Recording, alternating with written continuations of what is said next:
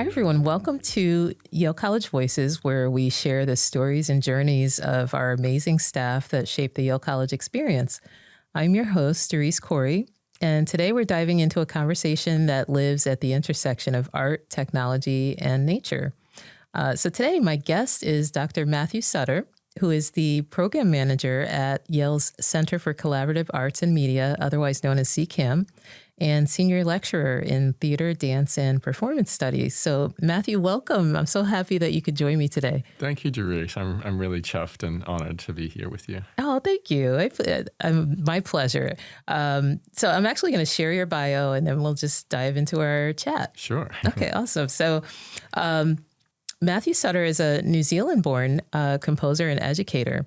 Since joining Yale University in 1999, he initially served in the Department of Music, later transitioning in 2002 to the David Geffen School of Drama as professor in the practice of sound design until 2023. Currently, he holds the position of program manager at the Center for Collaborative Arts and Media and is a senior lecturer in theater and performance studies. Throughout his career, Matthew has intertwined music technology with acoustic elements, producing a diverse range of works. This includes operas, dance works, theatrical music, chamber compositions, sacred pieces, and sound installations, as well as scores for television and film. His works have been presented by the following institutions. So hopefully I'll get all of the, it was quite a list. So this is awesome. 92nd Street Y, Atlantic Theater, Symphony Space, all in New York. Also the Brooklyn Academy of Music, Next Wave, Bard Summerscape, Eastman School of Music, Folkwang Tan Studio in Essen.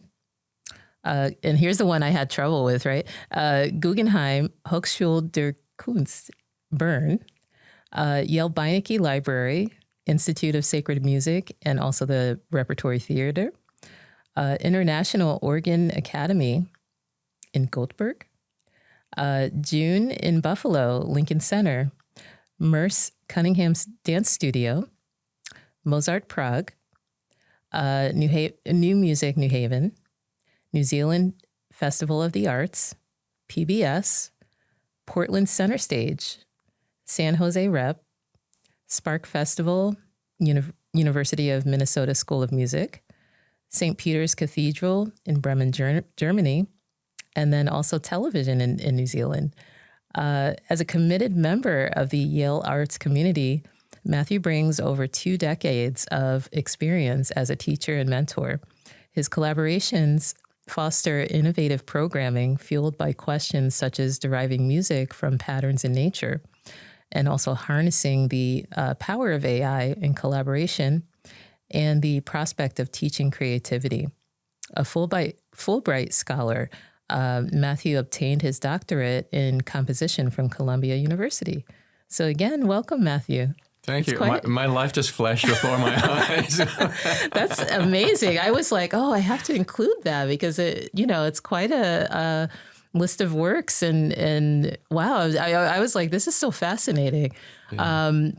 Matthew, I want to just kind of start like where your story begins. You grew up in New Zealand. Mm-hmm. Like how did I have a couple of colleagues who also grew up in New Zealand, and I'm always jealous of their photos from growing up. So can you tell me a little more about, how you grew up and how it kind of influenced your work? Sure. I had an interesting childhood. And so I was born in Auckland, mm-hmm. and which is the largest city, and then grew up in Hamilton, which is an hour south, and it has the claim to fame of being the only inland city in New Zealand. Oh, wow. Mm-hmm.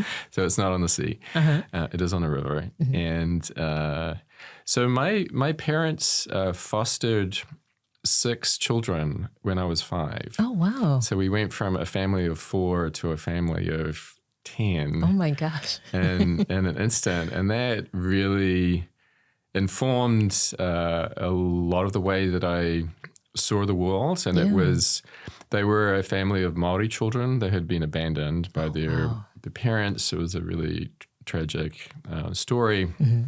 And then the social welfare department wanted to keep the family together rather than splitting them up because they'd been traumatized enough. And there was an advertisement in the local newspaper looking for foster parents.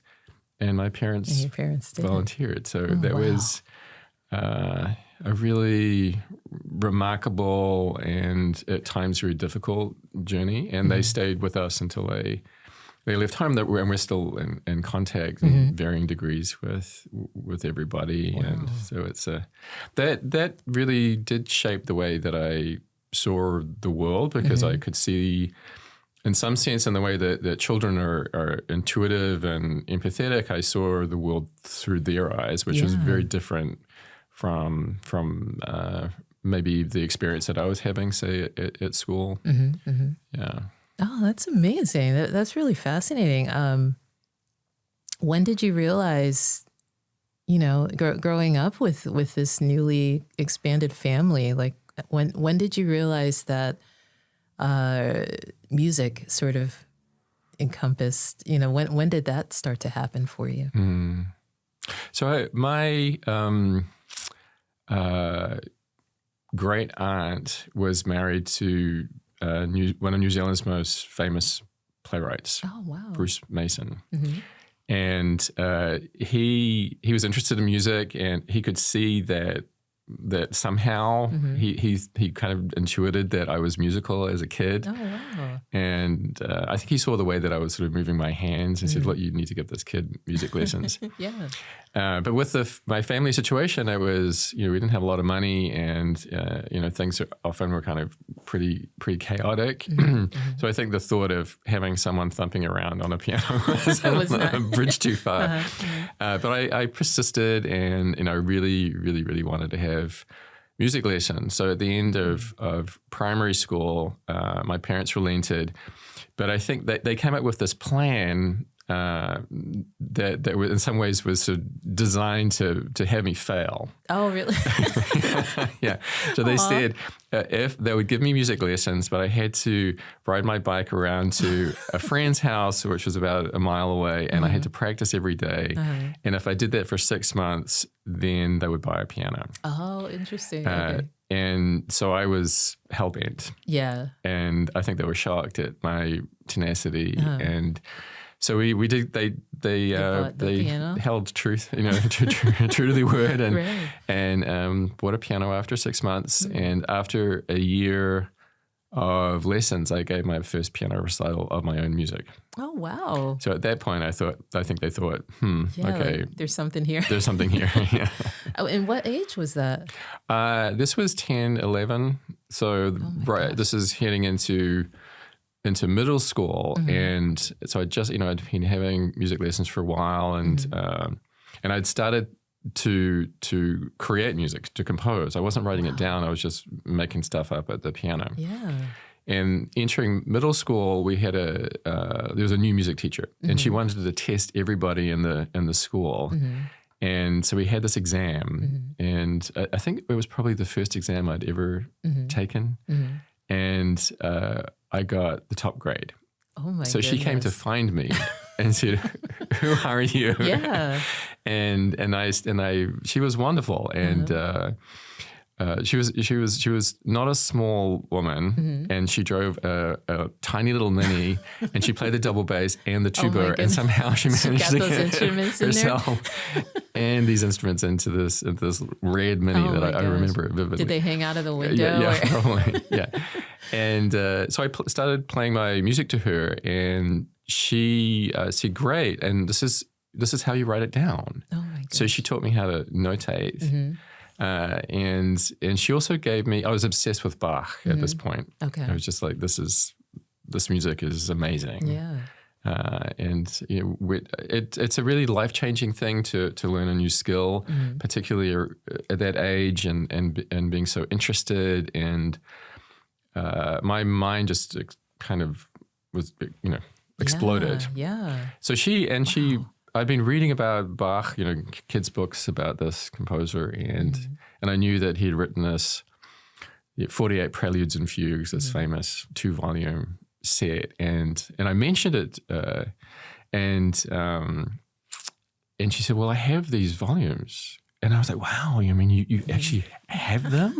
Like, as if this is this magical thing that you could actually own. And she lent me her volumes, and they were like the Bible, basically. Really? There was, and eventually I got my own. But it was there was a kind of remarkable thing, and then that had an effect, and my classwork just took off, and my intellectual engagement with everything, and really confidence, and then going into high school, I just lucked out, and my it was the British system at that point, so it's like third form, fourth form, up to seventh form.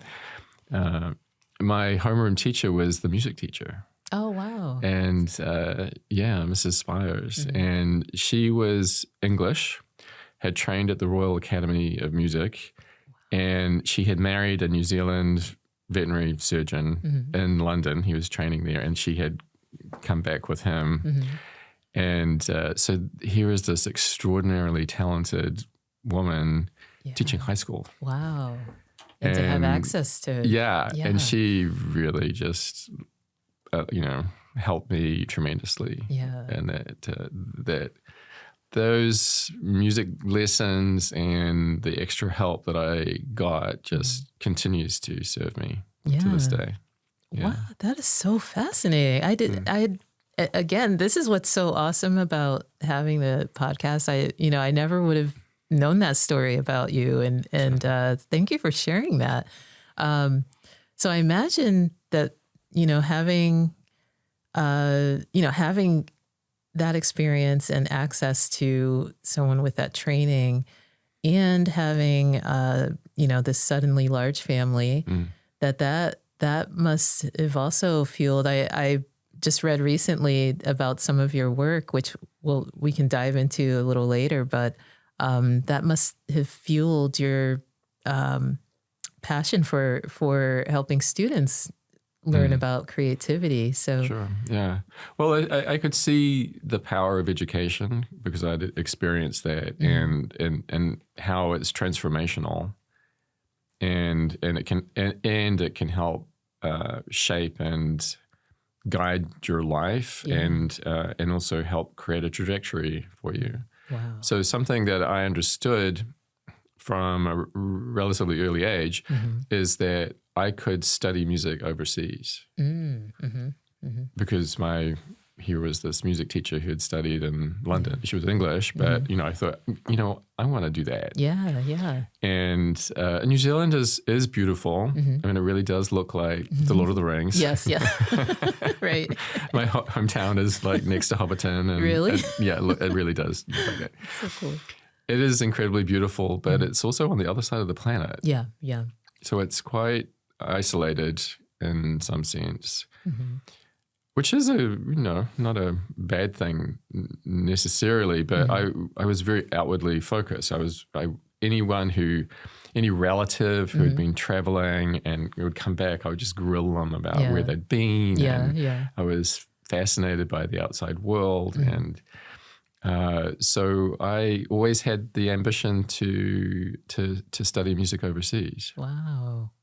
That was my goal. Yeah. Wow, that is so fascinating. I did not know that about you. So I'm curious, in terms of your work and your research. Like, when did you first realize that sound could be more than just music, like turning it into data? Like when did that kind of take shape? Or sure. Yeah. That's a pretty long journey, and so my parents had a small but interesting record collection. Oh, okay. and in it was this album. I think it was called Masterpiece Bach or something, like that. And that record just got played to death.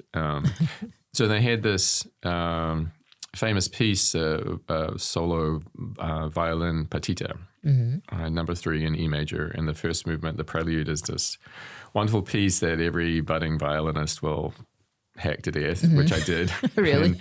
But he wrote 2 versions of it. So there's a solo violin version, and then there's a opening of a cantata number 29. And my parents had another album called Switched on Bach, which was Wendy Carlos's famous album using the Moog synthesizer to realize these famous Bach pieces. So I understood from a relatively early age that it could be 2 versions of the same piece.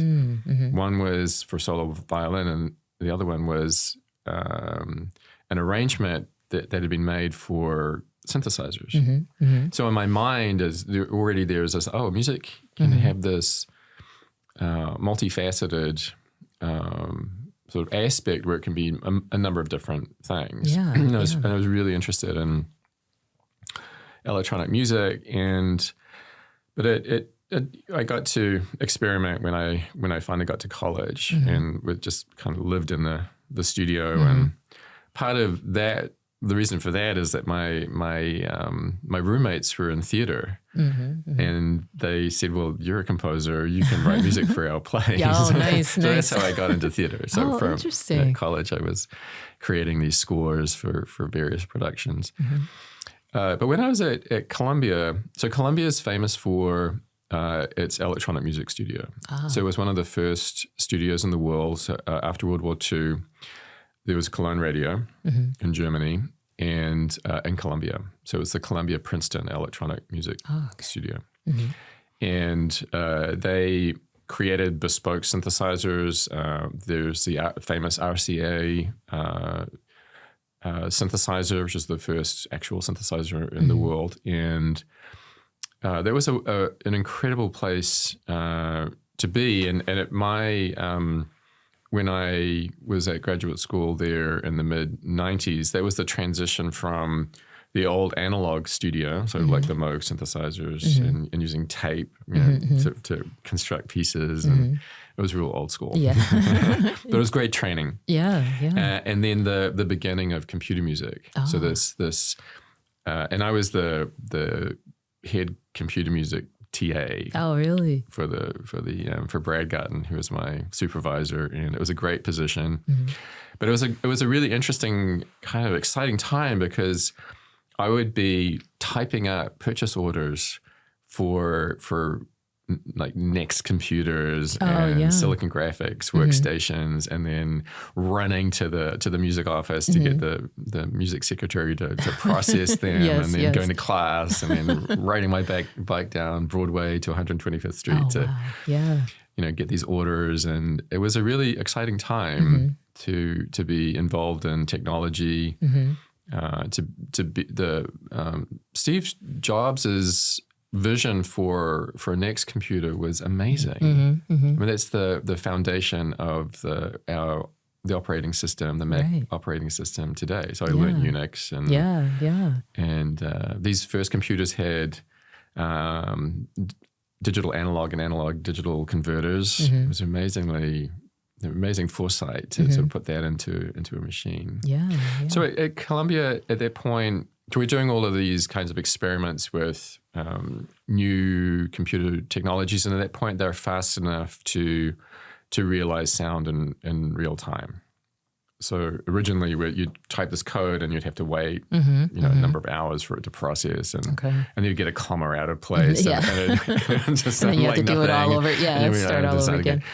And then by the time I was working at Columbia, they were fast enough to be able to write scripts and you could hear it immediately. And I loved that feedback. That's part of what I wrote my dissertation around. It was called Playing the Interface, and this real-time feedback that you could get, and you could adjust the algorithm, and you can hear the results, and then adjust it. And so, in some ways, that's kind of where we are with AI. We're sitting we're actually at a prompt again, which is really kind of exciting. We're using natural language, but you type something in and you get a response, and then you adjust it. And so to me, that feels very familiar. And I find that really a creative way of interacting with artificial intelligence and refining the question. So if you remember in the late 90s, that's the beginning of the Jurassic Park films and the opening of the first one, there's a group of dinosaurs running across this grassland, and the scientists were kind of falling about in disbelief. Yeah. The algorithm that drove that animation is a flocking algorithm. Okay. And I had read about it, and the rules are really simple. They're cohesion, alignment, and separation. So animals want to head in a common direction at a common speed, common average speed, and keep a measured distance from each other. And you put those three rules together, and you get this complex behavior. And I was fascinated by that, and I taught myself Lisp. I mean, it was hardcore. We were not given any commercial software. Right. We had to create our own. You create your own, yeah. And so there's a lot of coding, and I taught myself Lisp and tried to figure out how to recreate that algorithm. And I had some success, and I wrote some pieces around those ideas.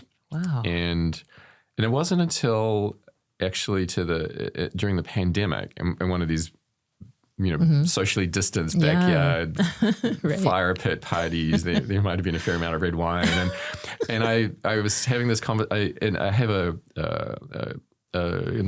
group of scientist friends that I hang out with, and I was there. They're mostly neuroscientists at the School of Medicine, and there was a young PhD student from Uruguay, Diego Suttor, who's finished his PhD and is now a postdoc at Berkeley. Oh wow! And we were just chatting. He was a budding DJ, and he was interested in I was professor of sound design. He was interested in what I was up to and the technologies that I use, and I mentioned this idea, and he said, "Wow.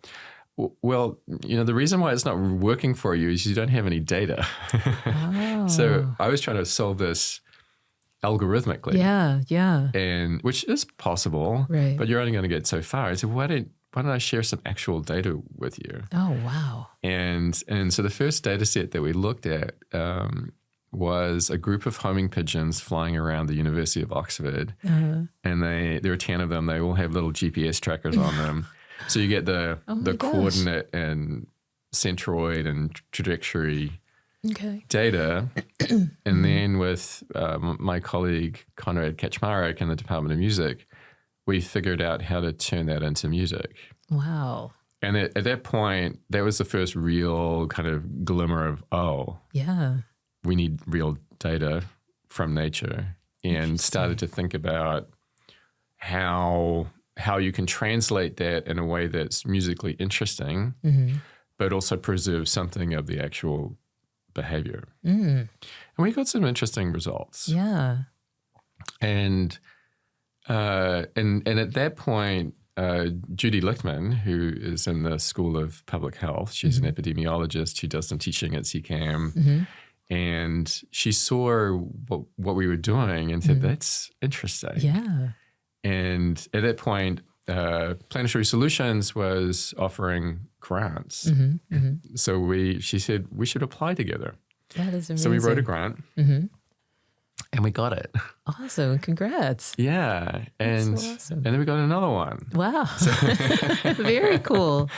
Yeah. So it's from an idea that had sort of a long history. Yeah. And it's one of the glories of Yale is that you get to meet amazing people and collaborate, and they contribute to your journey, and you can bring them along with you, and so it's been a wonderful project. Yeah, that is amazing and fascinating. When I saw the article and I reached out, I said, "Oh, can I just be a fly on the wall?" So, because that is so fascinating. Like, how do you, I guess I have technical questions, which, we probably don't want to get into today, but it's like, where do you tend to do most of your work? Like, is it at CCAM or in terms of your research, or how does? It's at CCAM. It's at, okay. Yeah. So there's a program called Max MSP. So Max/MSP stands for Max Signal Processing.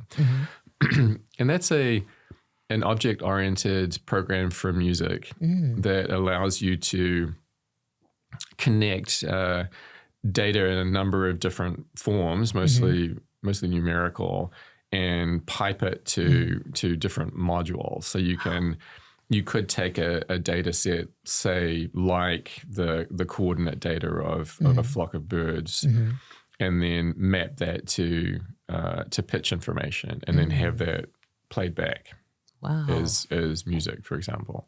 So interesting. It's a program that many people around the world use, particularly to prototype ideas and in music. And it's relatively easy to use, but of course, the advanced Like applications are complicated, and Right. and it looks like a sort of old school kind of telephone kind of exchange with patch cords and everything going everywhere. And Interesting. Konrad Kaczmarek is a genius when it comes to using Mac. So we prototype it, and then through the grant, we were able to work with a very good full stack developer at Y Combinator in San Francisco, who had been at the Digital Humanities Lab here at Yale in the library. And I've also been working on an opera about Alan Turing. Oh, wow. So that's another interesting Yes. journey where we were put in direct contact with OpenAI way back in 2019, and they advised us on the fine-tuning of an instance of GPT here at Yale. And Doug Duhaime, who was at the Digital Humanities Lab, helped us build the API so that we could That is so amazing. fine-tune it and interact with it. And then he left Yale to go to San Francisco. So I reached out to him and said, look, we've got another project. He was more than happy to be not working on another venture capital project. When that's the startup accelerator world that he lives in. And with a colleague who's a UX UI designer, we developed this web-based application that we could use in teaching school kids how to sonify data. Yeah, which is so amazing. I was like, gosh, I wish I could be in that class. That sounds so fascinating. Yeah, it's really interesting. Wow, congratulations. That must feel so amazing to see, that like this has been your life's work coming to this whole new, I don't know, it's evolving still, right? Like, especially with AI constantly, I feel like it's evolving by the minute. It is, yeah. And, seeing it happen like in front of you must feel amazing. Yeah. So I think CCAM is a particularly potent place to be able to develop a project like that, because we can accommodate speculative ideas, which can be difficult to do in the sciences, for example.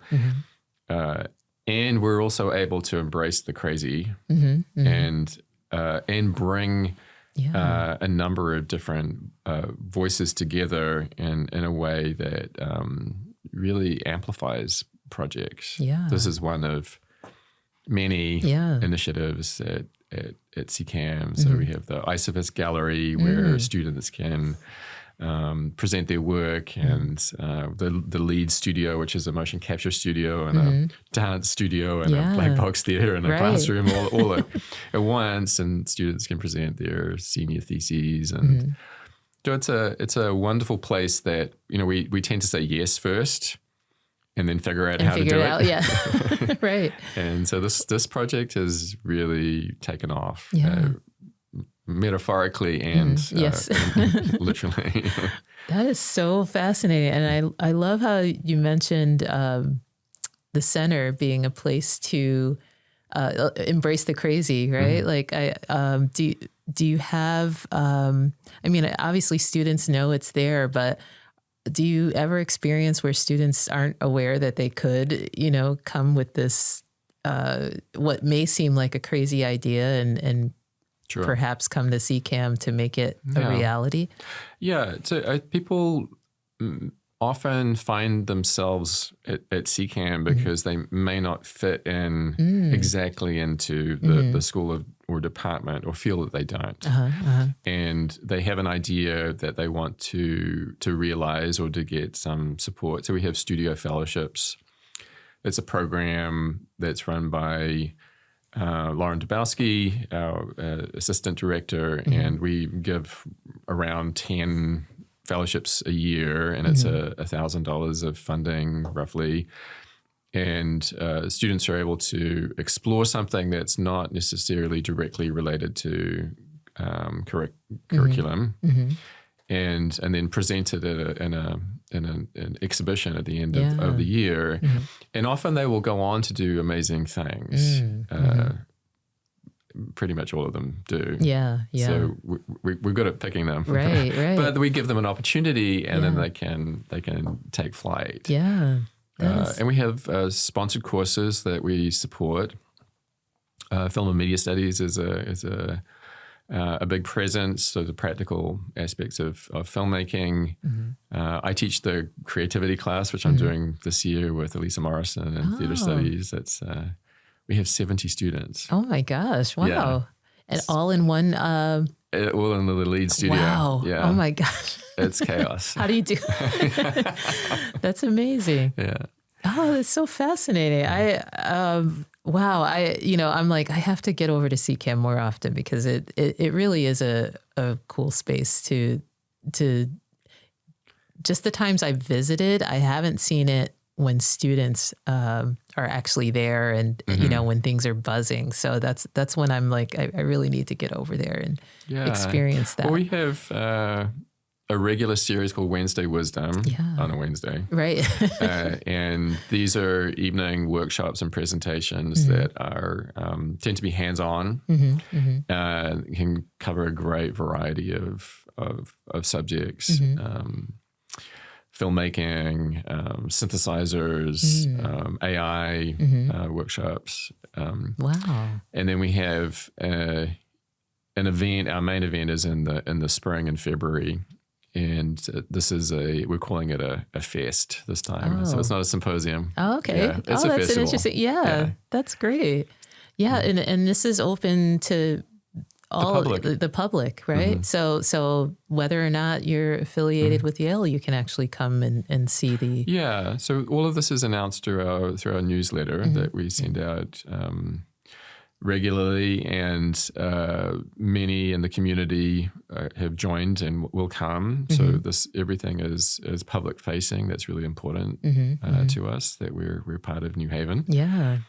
And we really enjoy that. Yeah, that's so amazing. And you reminded me about one of my other guests, Rachel Fine. So the same idea with the Schwartzman Center, trying to let people know that this is part of the community and open to the public for folks to come in and, take part of the programs and see the exhibits and things like that. So that it's just such a cool space to be a part of.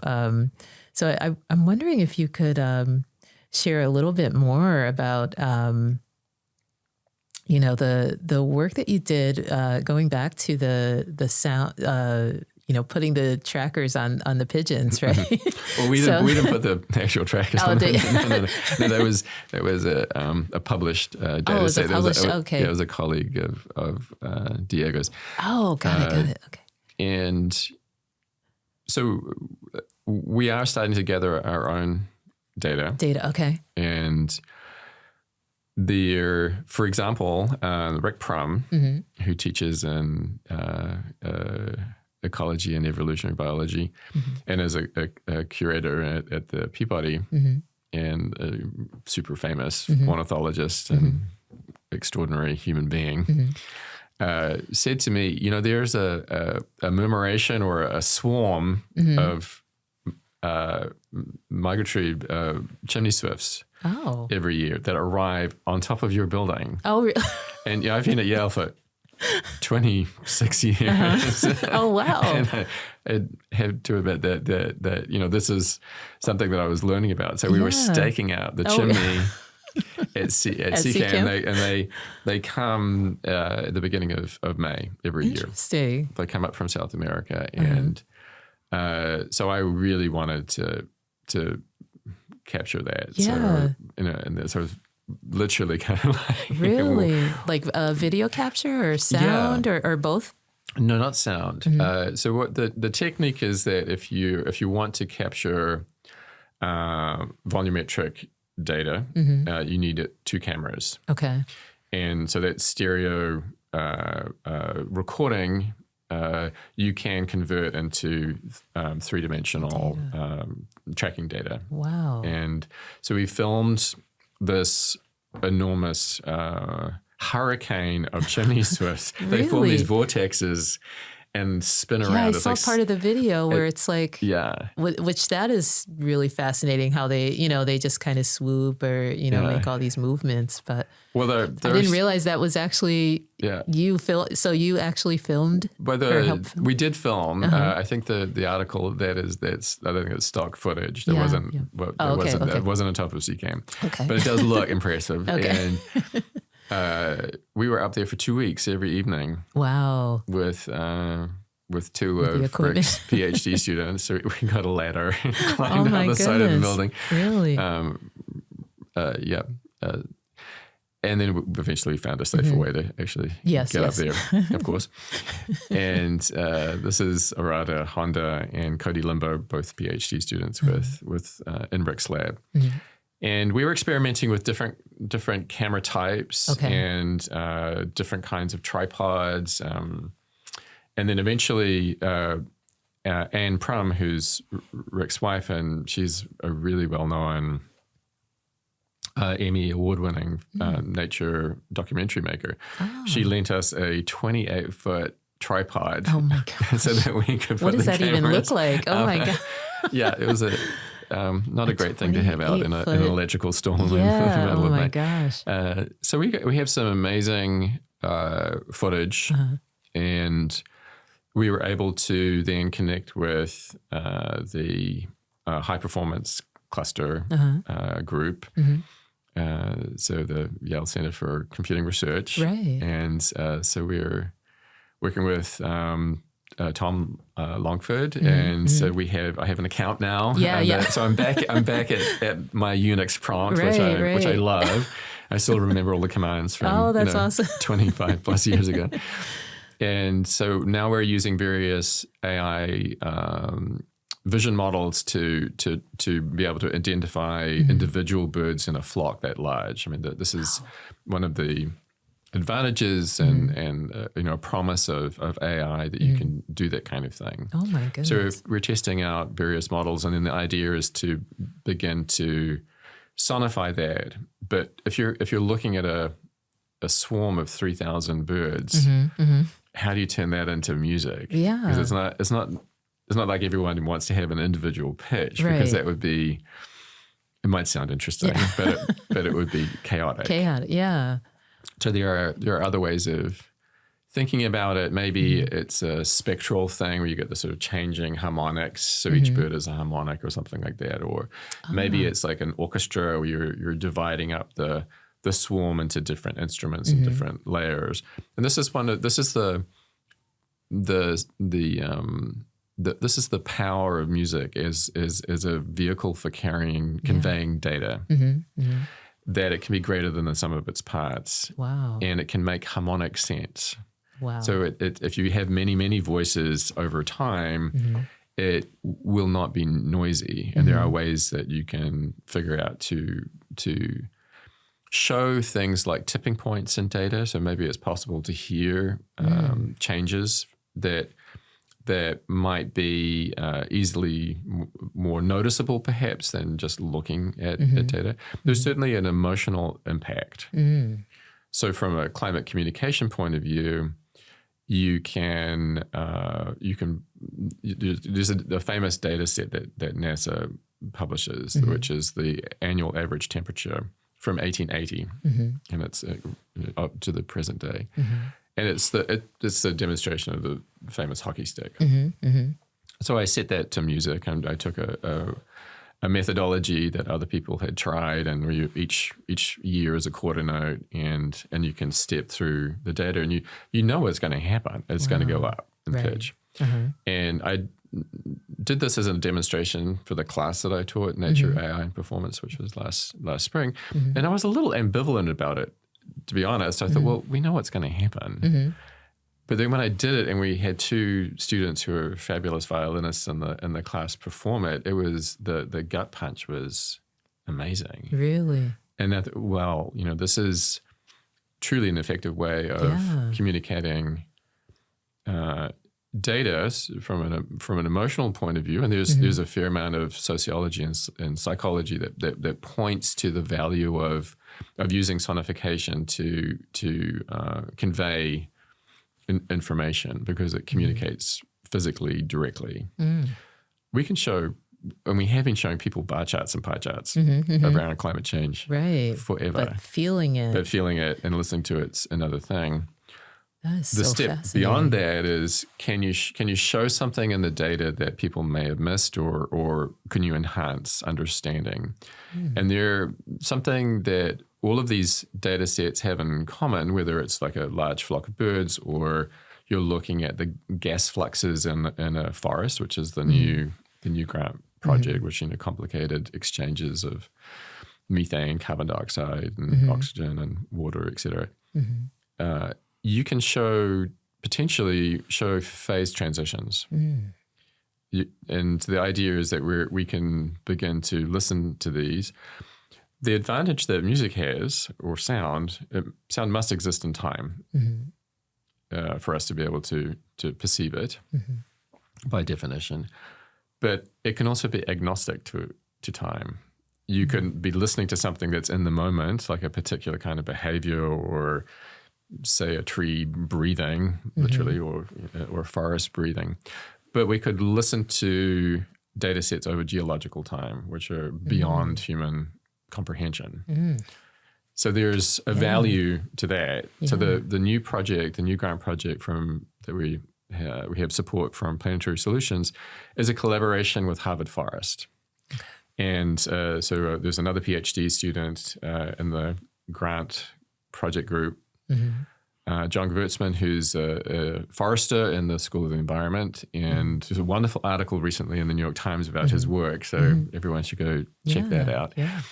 And he said, well, we should go up to Harvard. And everyone said, why not go to a Yale forest? There are lots of wonderful Yale forests, but they're working forests. That's about forestry. The Harvard forest there are a lot of experiments that are going on there that are streaming data in real time. And it's also a node for these major environmental data collecting agencies like PhenoCam, Ameriflux, and NEON.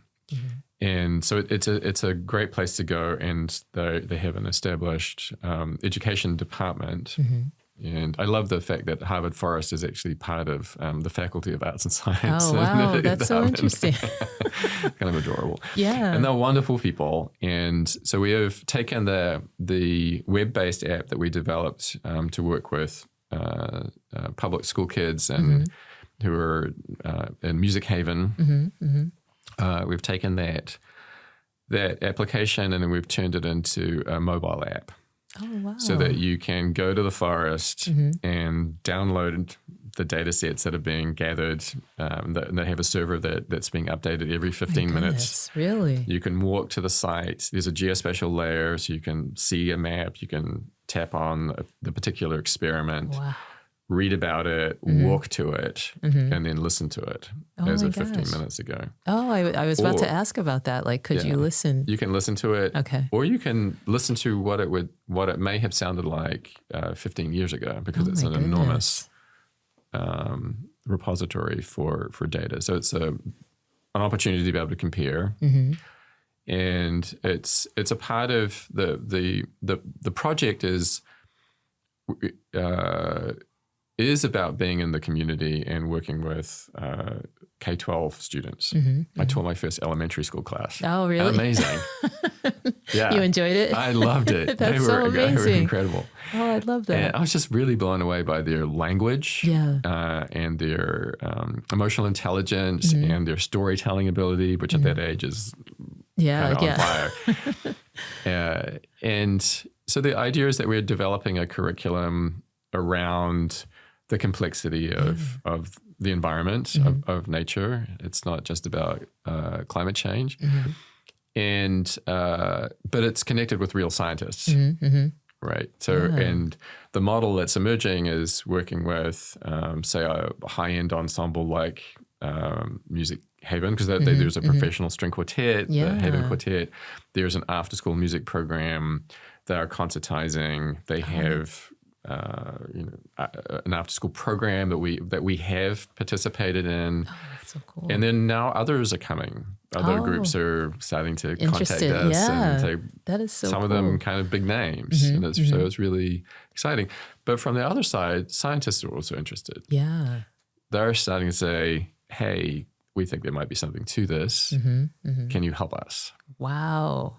So that's really exciting. That is exciting. Oh my gosh, that is such a fascinating story. And again, I'm like, how do I be a fly on the wall to? Oh, you can join us anytime. Yeah, I would love to, because that must be amazing. And I'm curious, just hearing you share that whole journey into what you're working on now, and hearing about your childhood and work, having a large family and how you became interested in music. And I was curious about, I saw your eyes light up when you talked about teaching elementary school class. And did you ever think that you would ever do something like that years ago? Or was that ever a vision? Well, I love teaching. Do you? And that's my career has been here at Yale teaching. So and to teach music, that's traditionally that's taught one-on-one. Yeah. So that I taught the sound designers. I taught in the Department of Music. For a number of years, and then was in the School of Drama, and I would teach the sound designers individually, and sometimes other students too. So that's as well as teaching seminars, that's actually where the creativity class came from. That was it was called the Directors and Designers Workshop. It was for the directing students and the playwrights and the visual and sound designers, and but. I guess the sort of the K-12 spectrum, if you like, wasn't really on my radar. But while I was at the David Geffen School of Drama, I composed a number of scores for Yale Rep and for James Bundy. Often he and I would work together, which was wonderful. I would often get the music. Haven Quartet to record scores. Oh, I didn't know that. Wow, and also that's get so cool. my students to write music for them and go to Firehouse 12 to record them. So part of that project was to write a string quartet, which is a really particular kind of composition. It's intellectually engaging as well as kind of an exciting musical prospect, and then get it recorded professionally. So it was a journey from beginning to end.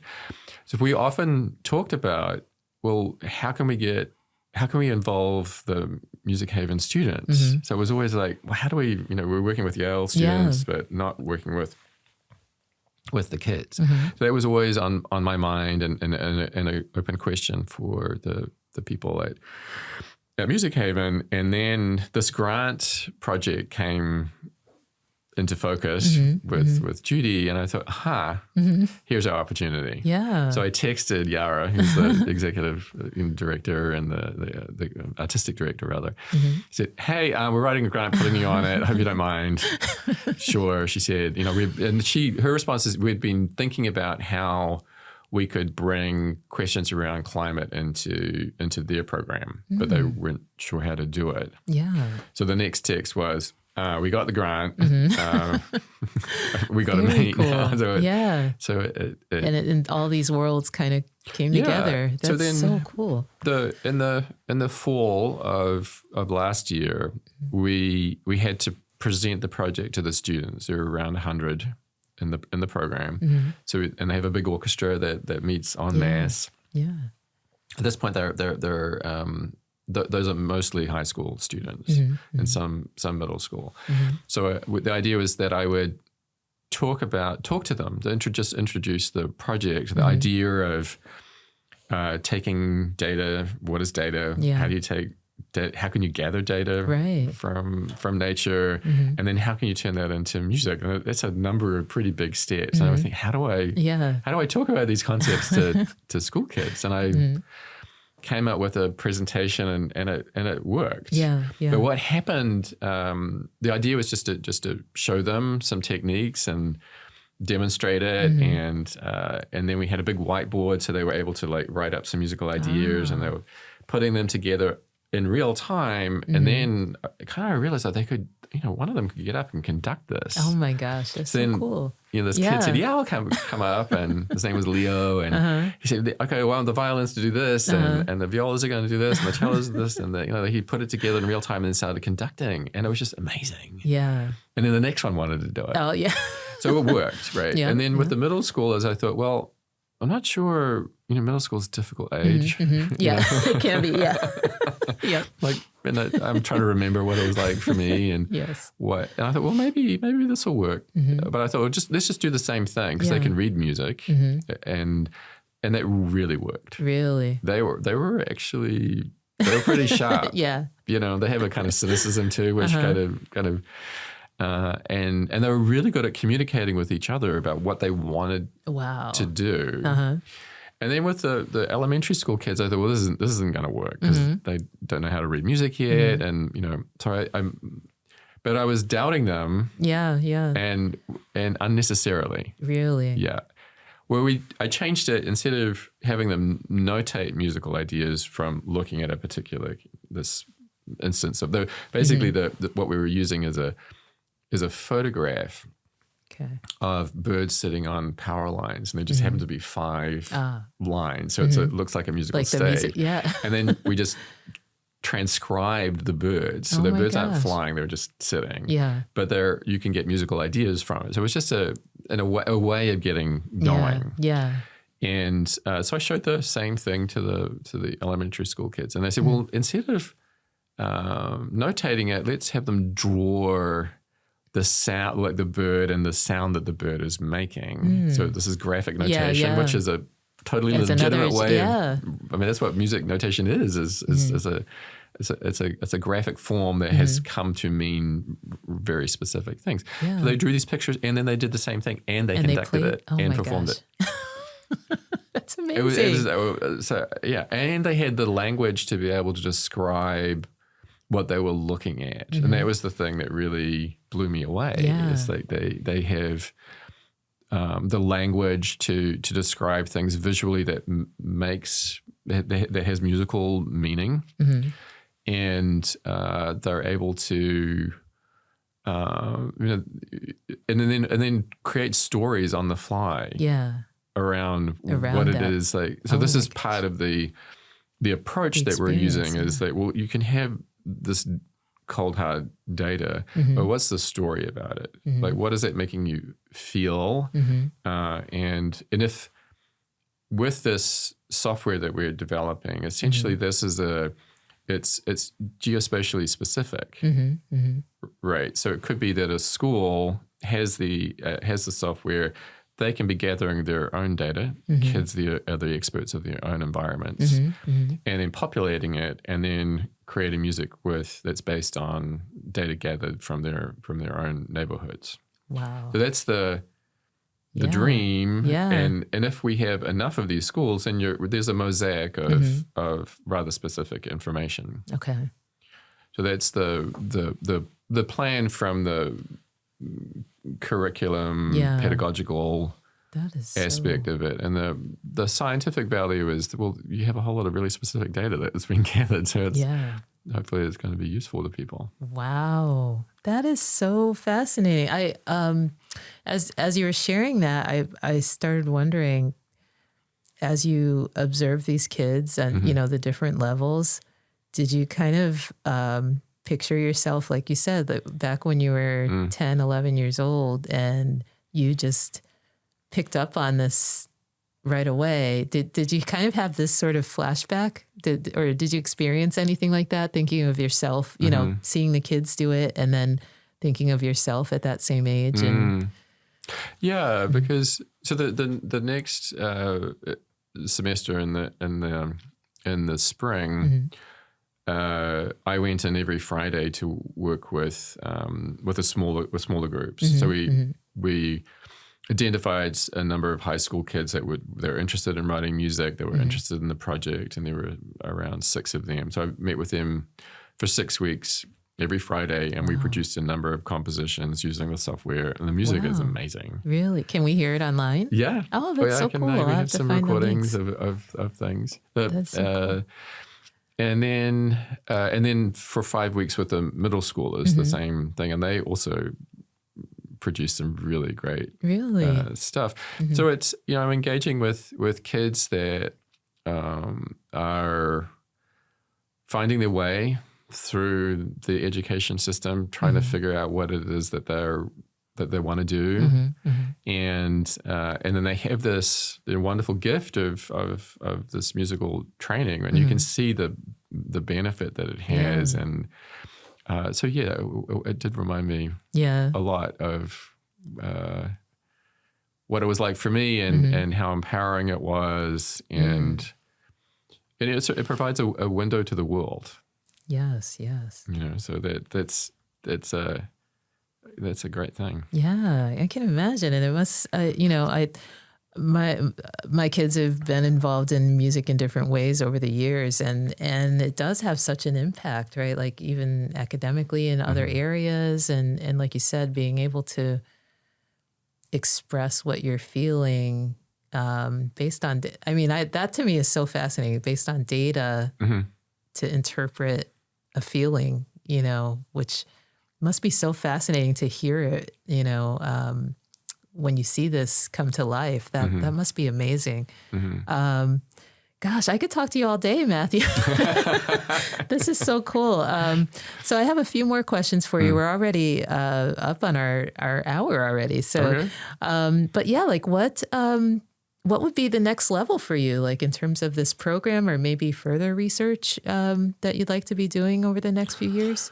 Well, we would like to turn it into, the phrase is high quality educational material.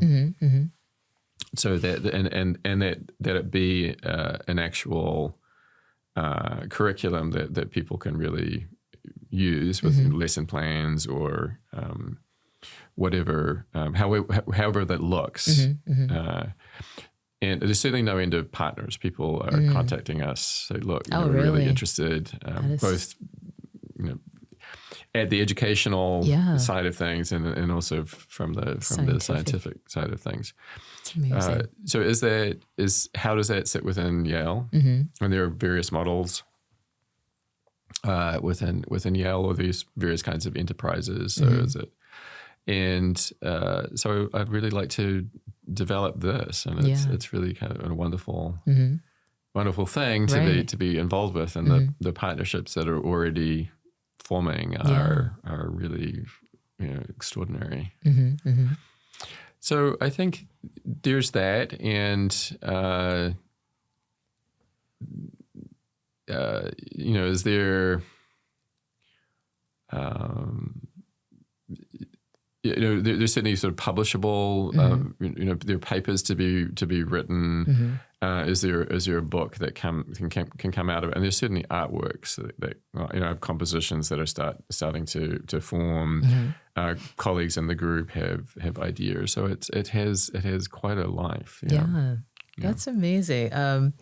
Looking ahead, like in terms of technology and AI, are there things on the horizon that you envision becoming like, okay, this may take things to a whole new level? Have you seen that in your research so far? Sure. Certainly we remember we had started working with GPT-2 at an instance here at Yale, and had OpenAI help us figure out how to fine tune the thing. And there's an enormous difference in terms of language fluency from those early models, those early LLMs, to where we are with ChatGPT. And so that's a extraordinary trajectory in a relatively short amount of time. So, I mean, interestingly, the work that we were doing for the Turing opera, those early algorithms in some ways were more useful because the uncanny valley in which they sat, the phrases and the responses that we would get from GPT-2 and 3 were poetry. You know, had a quality to it that was useful creatively. Wow. That is less so now. It's harder to get poetry out of ChatGPT. It just, it's kind of too smart. In some sense. It's sort of too polished. So there's some interesting differences there. What these the more recent iterations are better at is coding. So the fluency there to have an idea and to test things out as a prototype. That's a really extraordinary thing. And there's something, as I said, this is the dissertation work that I did, which was looking at this feedback that you could get with real-time synthesis.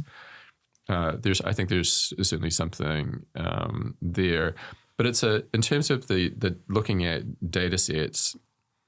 It's a non-trivial mathematical question to take something like that and then map that to musical parameters. That mapping is a complicated thing, and there are various ways, because there's a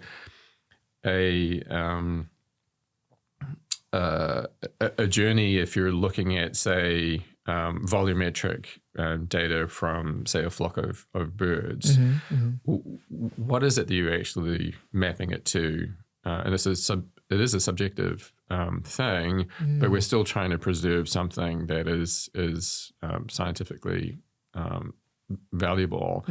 And that process is something that AI can help with. So define it. So we're creating pitch spaces, if you like, where you're taking 3 dimensions and then you're musicalizing it. And there are the intellectual history about thinking that way is actually quite old.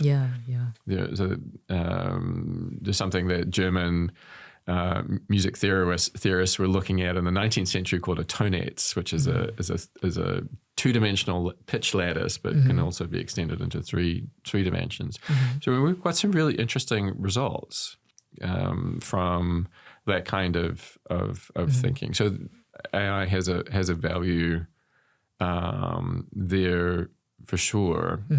And another thing that we're able to do, particularly at CCAM, is chain different kinds of processes together. So we might have a camera that's trained on someone that is being modified by some kind of AI visualization algorithm that's being projected onto some kind of projection mapping system onto the windows, and then the text is being modified by something else, and we have this rather mad kind of object-oriented piping of data. So that's an exciting.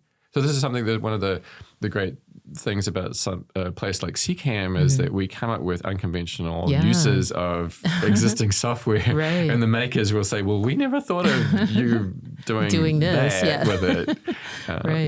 Yeah, that's what's so cool about the space. Like, and I really love going back to the phrase you used, embracing the crazy. And I love the idea that, students or whomever may come up with, like, wow, I don't know if maybe there's some sort of connection with these two different, vastly different things, and make it come together in an artistic form. That's such an amazing place to even experience that. Well, it's an arts forward way of looking at or seeing around the corner. And we've had some remarkable companies, for example, come to us say, "Well, we're interested in this particular way of thinking." So we want to encourage that CCAM way of seeing the world. Yes, that is so amazing. Well, Matthew, I feel like we could talk for probably 3 hours because this is so fascinating. But I'll take it back to like, so tell us, aside from your research and then we're going to start to wrap up, tell us more about like, okay, we know that you're crunching data and doing all sorts of things with music and composition, but what do you enjoy doing otherwise?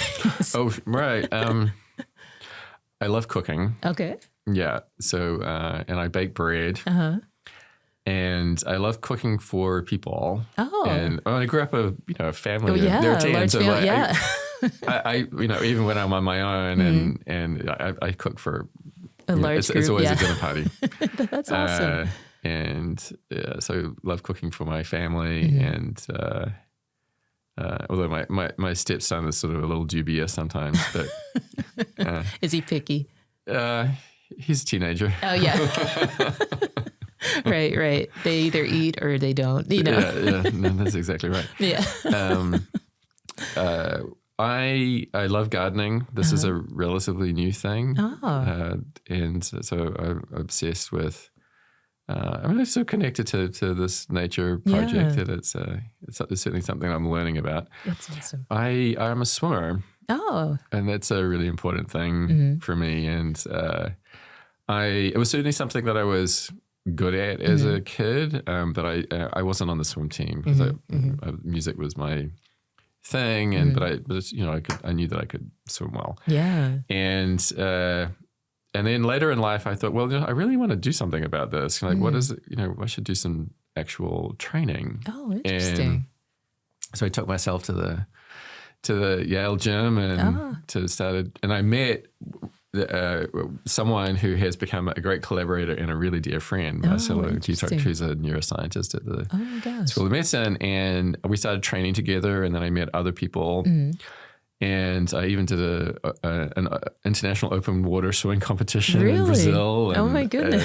And, so I kind of got to the level where I could kind of like compete, and I could finish and not get disqualified. That was my aim. And then during the pandemic, the Yale it was called the Yale Master Swim Group. We got kicked out of the gym along with everybody else. So we thought we'd swim in the sea, which we had done a little bit of. Oh my gosh! And we just kept on going. Really? And so we swam out in Brantford at Linden Shores. And there's a big group in the summer, and then there's a small dedicated group of us that swim in the colder months? Round. Oh my gosh! Yeah, February it's really cold. Oh my goodness! We swim, that's amazing. 2-3 days a week. Wow! Yeah, it's a really dedicated group. Yeah, very cool. I did not know that. Yeah. Wow. So, and I was thinking to myself, well, at some point you're going to turn data from swimming into. No, I'm kidding. We could do that. Just being in nature. Yeah. It was seeing the sunrise. It's we're powerful. dedicated getting up at 5 o'clock in the morning and getting into the freezing water. Yeah. I can't even imagine. But watching the sunrise when you're swimming is really an extraordinary thing. Yeah. It's so funny, totally separate story, but on vacation, when I take my kids, we go to Virginia Beach and it's on the water. So you get to see the sun come up, and they're like, that's just too early, Mom. But the few times that, I really stayed, I woke up early to do it, and I had some amazing photos. It's a spiritual experience, right? It's, to see it actually come up. So I can only imagine swimming must be like that same kind of, feeling, so every day it's different. Yeah. That's so amazing. Well, Matthew, this has actually been such a gift to be able to talk to you and really fascinating. I can't wait to, find the links to hear some of these compositions. But what my biggest takeaway just with having a conversation with you is just sort of reminding us that like listening isn't just like hearing, like it's making some sort of connection or reflecting and expanding your imagination and what's actual possible with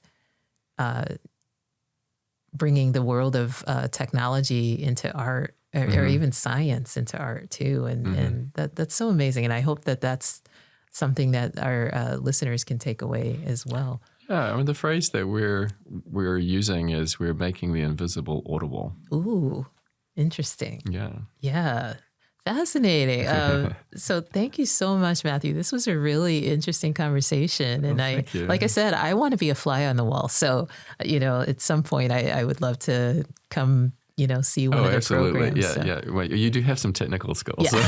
yes. Maybe I can help with something. Yes, we'd be interested to get your thoughts on what we're actually doing. Yeah, I would love to. This has been such a fascinating conversation. Yeah. And thank you, just for sharing your story. I think for listeners, I think it helps to hear like your journey in music and your interests and pulling all of these different worlds together. And just thank you so much for coming. I really appreciate it. Thank you. Awesome. So we'll end for now.